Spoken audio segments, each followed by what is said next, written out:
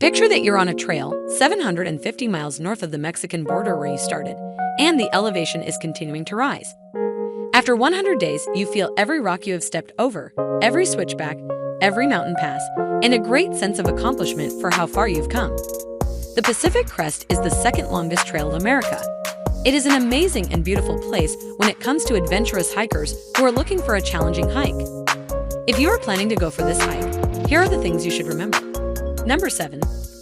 Do it with proper planning. The good planning can relieve you from being overstressed and many worries.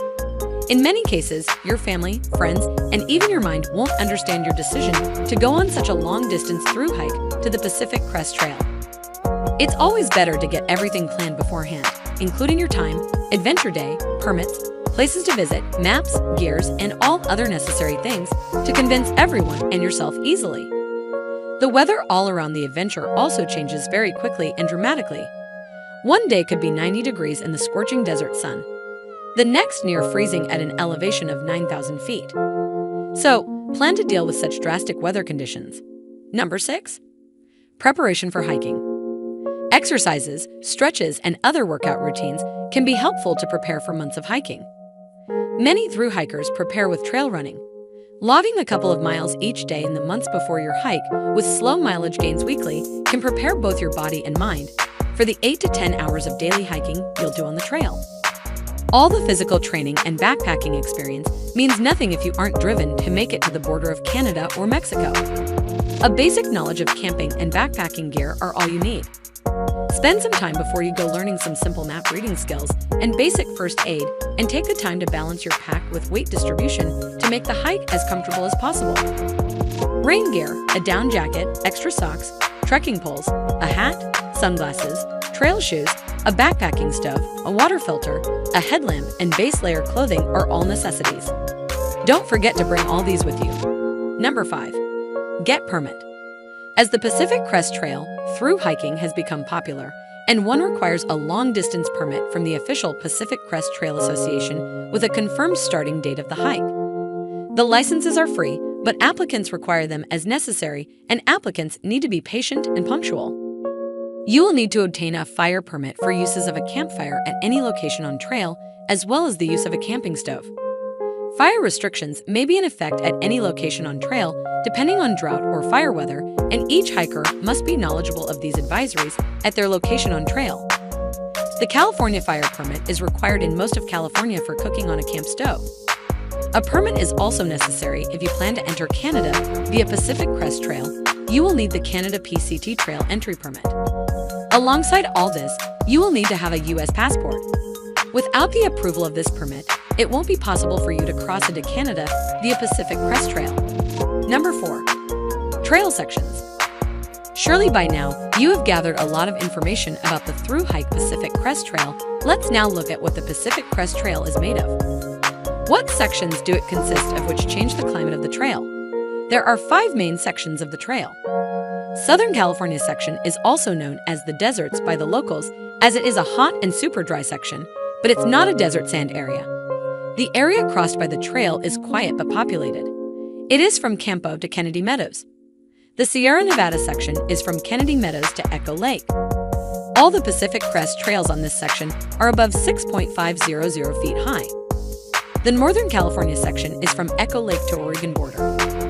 Many hikers fear this section because of their reputation being dull after the splendors of the High Sierra. The Oregon section is from the Oregon border to Cascade Locks. It is one of the easiest sections of the Pacific Crest Trail. It is flat, easy to cross, and a fun section. Washington and the Cascade Range is from Cascade Locks to the Canadian border. This section is the least talked about section, as one can only hike for almost 140 miles on it. It is still good enough for a fun adventure. Number 3. Read signboards carefully. Hiking the Pacific Crest Trail can be a real challenge, but the trail is generally well marked to the standard it is supposed to be signed. The signs are present at all the track junctions and the road crossing with signboards giving directions and miles. But there are minimum reassurance markers. One can travel miles between seeing a Pacific Crest Trail symbol, which is generally by the Pacific Crest Trail design. Unluckily, some of the signboards are also stolen or destroyed, which can cause trouble to hikers. One should have maps along so that you can easily navigate through the unsigned sections. Number 2. Food supplies and hiking gears. Many people do this silly thing and laugh later that they buy 6 to 8 months of food in advance for the through hike, which everyone knows is the worst. Unless you are new to a long-distance hike, surely you won't be knowing how much food you'll need, eat, and, most importantly, how long the food stays fresh. Remember to pack some snacks for the first section of your trip, and then continue buying the food in resupply towns on the trails. You can also buy some food from the trail and ship that to any resupply point for your further trip. In addition to getting permit and other big necessities recommended in the Pacific Crest Trail Gear List, you need a detailed topographic map, compass, first aid kit, sun protection, insulation, flashlights, repairing tools, and rainproof pack cover. Number 1. Don't gamble with Mother Nature. If nobody's let you in on the secret yet, we'll help you out. Mother Nature is a beast and you stand no chance against her fury. It might be blistering heat in the desert, it might be an afternoon thunderstorm in the Sierra, or it might be a snowstorm in Washington. You should know when to call it a day and when not to gamble with your safety in the interest of making miles. Stopping early or even turning around can be difficult to do once you're locked into the mindset of having to make miles. But a few more miles for the day aren't worth getting yourself lost, heat stroke, hypothermia, or blasted by lightning. Pay attention to the weather and know when to take precautions to keep yourself safe. There will be many poisonous snakes along your way. Remember that they are just one of many desert murders, so be careful. The Pacific Crest Trail is home to a number of poisonous plants that can cripple hikers bold enough to even come into contact with them. In Southern California, hikers do battle with the infamous poodle dog bush. Try to avoid coming in contact with such plants. Remember these tips and enjoy the Pacific Crest Trail hike. Please share your views about this video in the comment section.